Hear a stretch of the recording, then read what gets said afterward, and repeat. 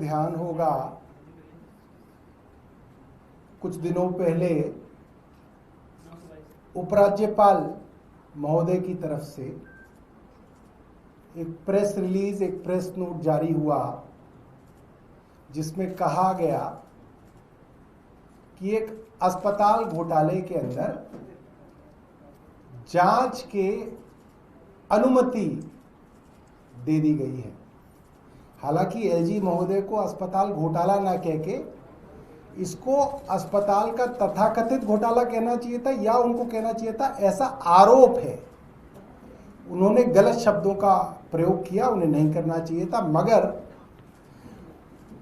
उस press note को 24 तारीख को जारी किया और 25 तारीख को दैनिक जागरण अखबार ने फ्रंट पेज पे खबर छापी। वो थी 100 करोड़ के अस्पताल घोटाले में पूर्व मंत्री भारद्वाज व जैन के खिलाफ होगी एसीबी जांच। ये 25 जून का इनका अखबार का फ्रंट पेज है और इस पे इन्होंने लिखा मेरे बारे में कि वर्ष 2018-19 में दोनों तत्कालीन मंत्रियों ने 5590 करोड़ की लागत के 24 अस्पताल परियोजनाओं, 11 ग्रीनफील्ड और 13 ब्राउनफील्ड की मंजूरी दी थी। ये इन्होंने 25 तारीख को फ्रंट पेज पर खबर छापी। मुझे लगता है कोई भी पत्रकार जो दिल्ली के अंदर कवरेज करता है वो जानता है कि 2015 से 2020 का पूरा कार्यकाल जो सरकार का था उस दौरान में मंत्री नहीं था, मगर फिर भी इन्होंने 2018-19 में मुझे मंत्री बताकर फ्रंट पेज पे खबर छापी। मुझे काफ़ी दुख हुआ कि इन्होंने खबर जो छापी इनको नहीं छापनी चाहिए थी, फैक्चुअली करेक्ट नहीं है। अगले दिन 26 तारीख को मैंने एक वीडियो बना के ट्विटर पे, सोशल मीडिया पे, अलग अलग माध्यमों से और प्रेस रिलीज के माध्यम से सभी अखबारों को बताया। दैनिक जागरण के भी जो पत्रकार है उनको पार्टी की तरफ से स्पेसिफिकली बताया गया कि भाई सौरभ भारद्वाज 2018 से 19 में नामंत्री थे और 2021 में भी मंत्री नहीं थे। ये बात 26 तारीख को दैनिक जागरण अखबार को और सब अखबारों को बताई गई। उसके बावजूद 27 तारीख को दैनिक जागरण ने दोबारा अखबार में छापा, ये है, जिसमें भारद्वाज और सत्येंद्र जैन के खिलाफ केस। 2 दिन पहले उपराज्यपाल ने एसीबी को जांच की दी थी स्वीकृति और इसमें विशेष संपादकीय छापा गया।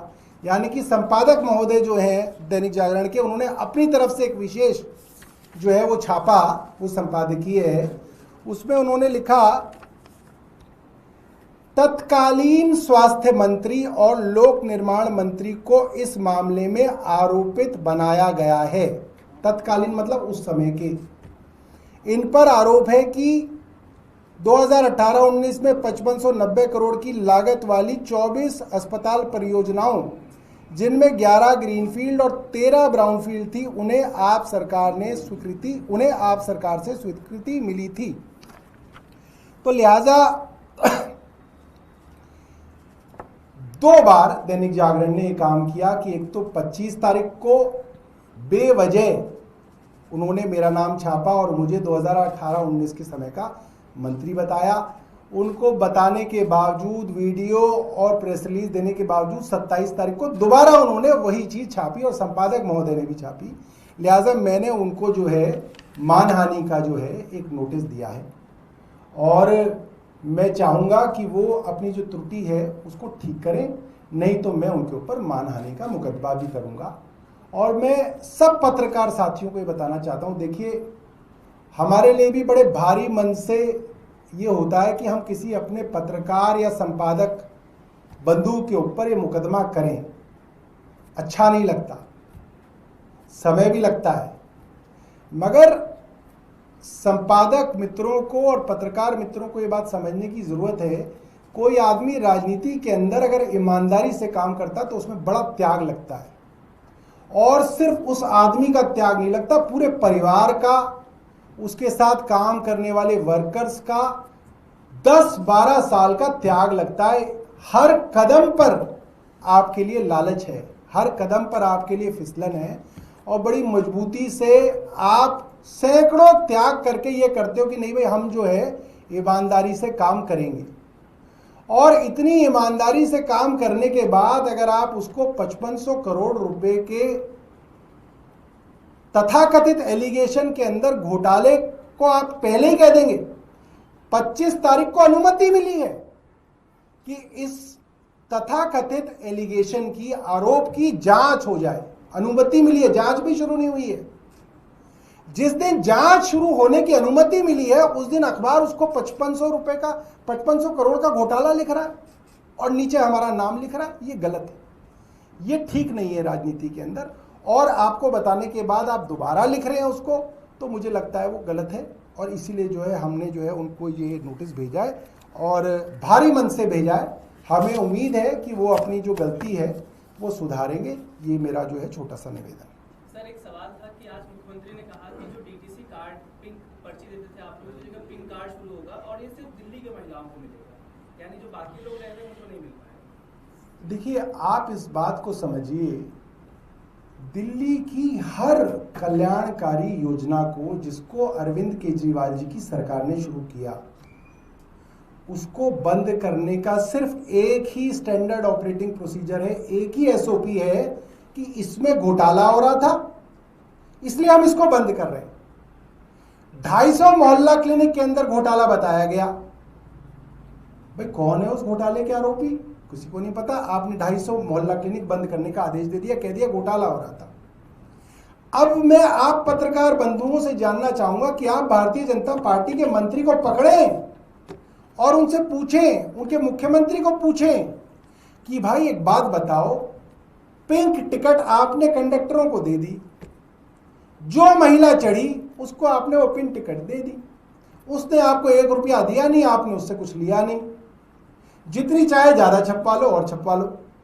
इसमें घोटाला कैसे हो सकता है? मुझे अब तक ये बात समझ में नहीं आई। आपको पूछना चाहिए कि इस मुफ्त की टिकट में कैसे घोटाला हो रहा था, कोई तो तरीका होगा।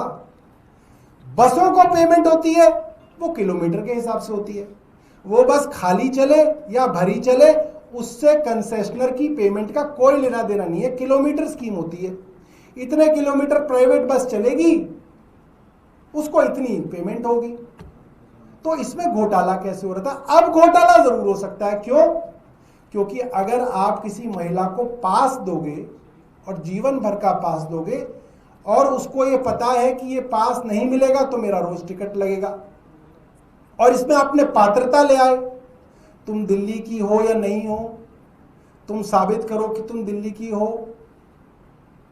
ये साबित गरीब आदमी के लिए करना बड़ा मुश्किल है, क्योंकि कई गरीब लोगों ने कहीं से आए हैं, बिहार से आए हैं, उत्तर प्रदेश से आए हैं, अभी तक वोटर आईडी कार्ड वहीं का बनवा रखा है, क्योंकि वहीं जाके वोट डालते हैं, उनको वहीं वोट डालना पसंद है।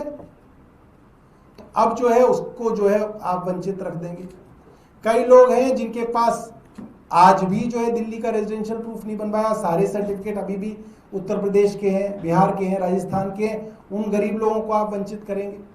तो जो बेचारा सबसे गरीब आदमी है उसको आप वंचित करेंगे। दूसरा, अरे कोई महिला बेचारी नोएडा से चढ़ी, एम्स आ रही है, वो अगर मुफ्त में चली भी जाएगी, एम्स में इलाज करा के चली जाएगी, तुम्हारा क्या बिगड़ जाएगा?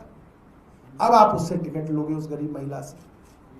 या वो बेचारी फरीदाबाद से आई है, दिल्ली के अंदर सेंट्रल सेक्रेटेरिएट में कोई काम है तो आप उसका टिकट काट दोगे। कोई सदर बाजार आ रहा है उसका आप टिकट काट दोगे। तो छोटी मानसिकता जो है ना, छोटी मानसिकता है, और किसी तरीके से गरीब का हित चुरा लिया जाए, गरीब का हित कम कर दिया जाए, इसमें लगे हुए हैं, दिन रात इसमें लगे हुए हैं। इतने काम है दिल्ली में करने के लिए, अरे भाई कुछ तो कर लो, अब 6 महीने हो जाएंगे, कोई काम नहीं है बताने के लिए कि हमने ये काम कर दिया हो दिल्ली के लिए। सिर्फ जो हमारी जो पॉलिसीज हैं उसी में काट छांट जो है रोज करी जा रही है। सौरभ जी, आपकी सरकार के दौरान जय भीम विकास योजना जो चलाई जा रही थी उसमें कहा गया है कि भ्रष्टाचार हुआ था, उसकी जांच के आदेश दिए और आपकी सरकार के दौरान ही वो बंद हुई थी।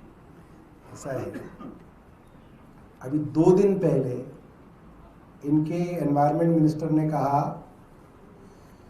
कि 2023 में जो गाड़ियां स्क्रैप हो रही थी, याद है ना आपको, 2023 में गाड़ियां उठा उठा के स्क्रैप के लिए दी जा रही थी, उसकी जांच कराएंगे। ठीक है जी। आप सबके सामने मंत्री कौन थे? कैलाश गहलोत। कहाँ है? भारतीय जनता पार्टी में। कराओ जांच। ट्रांसपोर्ट मिनिस्टर कौन थे? ट्रांसपोर्ट सेक्रेटरी कौन थे? वो भी इनके खास हैं। कराओ जांच।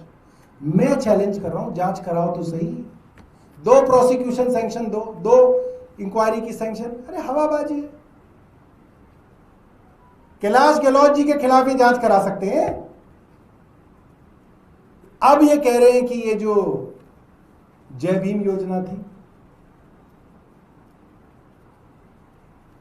सिर्फ और सिर्फ दलितों की इस स्कीम का फायदा दलितों को आगे ना हो जाए, इस स्कीम को कैसे रोका जाए, इसके ऊपर एक जांच बिठा दो, अपने आप ही रुक जाएगी। सरकारी अस्पतालों में दवाइयां रोकने के लिए क्या किया था इन्होंने? उस वक्त 1 साल पहले जांच बिठा दी थी कि जी अस्पतालों में नकली दवाई आ रही है। क्या हुआ भाई उस जांच का? कुछ नहीं हुआ। टेस्ट रोकने के लिए क्या किया? उसके ऊपर जांच बिठा दी थी। क्या हुआ भाई उस जांच का? कुछ नहीं हुआ। ये तो सबसे आसान तरीका है। आपको जो काम रोकना हो कह दो इसमें भाई भ्रष्टाचार हो रहा है, इसमें हमने जांच बिठा दी। अफसर जो है सारी की सारी फाइल सीबीआई को दे देंगे, एसीबी को दे देंगे, कहेंगे भाई हमारे पास फाइल ही नहीं है, अभी पूरा ठप हो गया। सर जी, अब से कुछ देर पहले मंत्री आशीष सूद ने एक प्रेस कॉन्फ्रेंस की और कहा है कि आपने जो मोबाइल की लिमिट का सवाल खड़ा किया था, उस पर कह रहे हैं कि बियॉन्ड लिमिट तमाम मंत्रियों ने, चाहे अरविंद केजरीवाल जी हो, मनीष सिसोदिया, आप भी हो, आतिश जी हो, लिमिट से कई ज़्यादा कीमत के फ़ोन खरीदे और हर साल उन्हें फ़ोन भी बदले और उससे सबूत नष्ट करने की कोशिश की गई।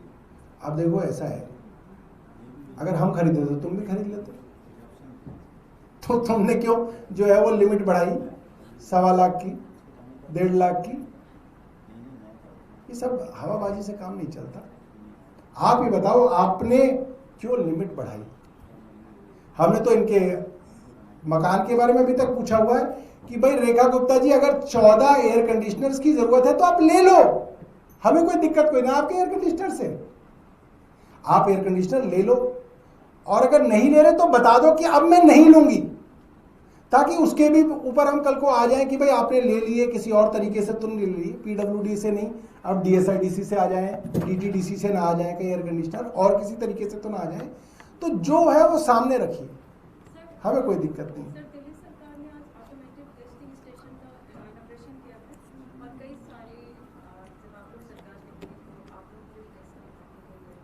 हमारे लिए तो रोज ही कहते हैं, ऊपर वाले नेहरू जी के लिए कहते हैं, नीचे वाले केजरीवाल जी के लिए कहते हैं। अब पता नहीं हमारी ना हो गई, हमारा वाले कोई कर दिया इनॉग्रेट, ये बड़े बदमाश है। इनके ऊपर तो हम तो इनको शुभकामनाएं भी नहीं दे सकते किसी चीज की कि भाई बहुत शुभकामनाएं। अभी 10-15 दिन पहले पता होगा आपको, दरियागंज के अंदर सद्भावना पार्क का इनॉग्रेशन करने गए एलजी साहब, देखा आपने? मुख्यमंत्री भी गई थी, जाके देखो अभी तो काम चल रहा है वहां पे, अभी काम चल रहा है। 10-15 दिन पहले इनॉग्रेशन कर चुके एलजी साहब और मुख्यमंत्री, जाके देखो दरियागंज में। अब हम इनको इनॉग्रेशन की वो दे दे, बधाई दे दे कि जी आपने आरोग्य मंदिर खोला है। पता चला मैं चिराग दिल्ली गया, मैंने कहा तो मेरे वाले पे पेंट कर दिया इन्होंने। हमारे द्वारा 2017 में जो हमने इनॉग्रेट की डिस्पेंसरी, अभी तक सत्येंद्र जैन साहब का पत्थर लगा है, मेरे नाम का पत्थर लगा है, आधा लाल है, पूरा लाल को भी पीला नहीं किया इन्होंने। इतना भी खर्चा नहीं किया कि पूरा ही पीला कर दें। कह रहे कि इतना पीछे का पीला करने की जरूरत है, वो लाल ही रहने दो, आगे की दीवार पीली कर दो। आगे की दीवार पीली कर दी, मेरा पत्थर वही है वैसे ही, उसके चारों तरफ भी डिजाइन बना दिया और कह रही है अब ये आरोग्य मंदिर है।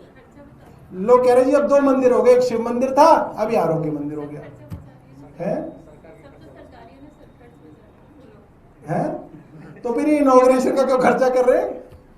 इसका खर्च भी तो बचाना चाहिए, ये इनॉग्रेशन का खर्चा क्यों कर रहे हैं? इसके अलावा एक सवाल और है सर, आम आदमी पार्टी भी बिहार में चुनाव लड़ रही है, अब नीतीश कुमार ने 125 यूनिट फ्री देने का ऐलान कर दिया, क्या लगता है आपकी ही योजना को हाईजैक कर लिया गया? देखिए एक्चुअली क्या है, इस वक्त वहां पे आम आदमी पार्टी की कई तरफ से हवा चल रही है। एक तो प्रशांत किशोर जी भी जो हवा चला रहे हैं वो आम आदमी पार्टी की है। आधे लोग तो सोचते हैं वो भी आम आदमी पार्टी, क्योंकि वो भी शिक्षा की बात कर रहे हैं, वो भी स्वास्थ्य की बात कर रहे हैं। तो इस वक्त आम आदमी पार्टी के बिना कुछ करे ही बहुत जबरदस्त हवा चल रही है। अब बाकी नीतीश कुमार जी ने पूरा कर दिया बिजली वाला काम, तो मुझे लग रहा है जो बिहार की राजनीति है वो आमंत्रित कर रही है आम आदमी पार्टी को। और बताइए। एक और सवाल है। हाँ, सवाल बहुत है आपके पास। आखिरी सवाल है सर, पहला ये सवाल ये है कि आम आदमी पार्टी इंडिया गठबंधन का हिस्सा नहीं है अब, और क्या स्टेटस है आम आदमी पार्टी का इंडिया गठबंधन को लेकर, जो तक संजय सिंह ने ये बयान दिया था इस तरह, क्या आम आदमी पार्टी इंडिया गठबंधन का हिस्सा है? यही है स्टेटस, हम नहीं है उसका हिस्सा। हाँ, यही स्टेटस है, सिंगल स्टेटस है, सिंगल, यही है ना।